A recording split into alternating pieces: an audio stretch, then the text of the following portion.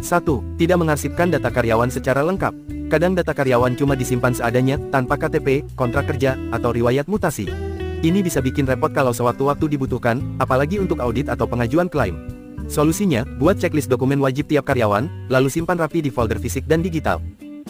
2. Salah input data absensi. Kesalahan input absensi, misalnya absen hadir jadi alfa, bisa bikin gaji kepotong atau bonus hangus. Wah, bisa jadi masalah besar. Solusinya, gunakan sistem absensi digital yang otomatis terhubung ke database, dan tetap lakukan pengecekan manual tiap akhir bulan. 3. Terlambat mengirim data ke payroll. Kalau data karyawan telat dikirim ke bagian payroll, gaji bisa terlambat cair. Akibatnya, karyawan kecewa dan bisa menurunkan semangat kerja. Solusinya, bikin reminder tetap di kalender kerja dan koordinasi rutin dengan tim payroll supaya jadwal selalu on track. 4. Tidak memperbarui data karyawan keluar masuk. Kadang ada karyawan baru belum tercatat, atau yang sudah resign masih terdaftar. Ini bisa bikin masalah saat proses penggajian atau BPJS. Solusinya, segera update data ke HRIS setiap kali ada mutasi, masuk, atau keluar, dan pastikan semua dokumen terkait ikut diupdate. 5. Tidak menyiapkan dokumen onboarding tepat waktu. Karyawan baru datang, tapi laptop belum siap, ID card belum dibuat, rasanya kayak disambut setengah hati. Ini bisa menurunkan kesan pertama. Solusinya, siapkan dokumen onboarding minimal H-3 sebelum hari pertama, dan buat checklist persiapan untuk semua divisi yang terlibat. 6. Salah jadwal interview tes calon karyawan. Kalau jadwal interview atau tes salah kirim, bisa bikin calon karyawan bingung atau malah batal datang.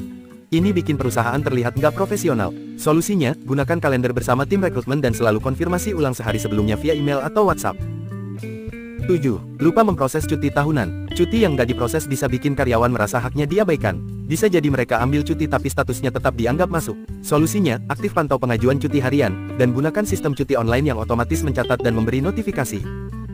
8. Tidak mencatat pelanggaran disiplin. Kalau ada pelanggaran, tapi nggak dicatat, nanti saat ada masalah lebih besar jadi nggak ada rekam jejaknya. Ini bisa mempersulit penindakan. Solusinya, setiap ada insiden, langsung buat catatan internal atau memo, simpan dalam folder karyawan masing-masing. 9. Tidak menyimpan surat peringatan karyawan. Surat peringatan itu penting sebagai bukti formal tindakan perusahaan. Kalau hilang atau nggak disimpan, bisa memperlemah posisi HR saat ada konflik. Solusinya, simpan salinan fisik dan digital, beri nama file yang jelas dan simpan dalam folder personal karyawan. 10.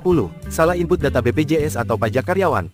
Input NIK atau data penghasilan yang salah bisa bikin karyawan kena masalah saat klaim BPJS atau pajak tahunan. Solusinya, teliti saat input, dan lakukan verifikasi ulang tiap awal tahun bersama karyawan, biar bisa koreksi kalau ada yang keliru.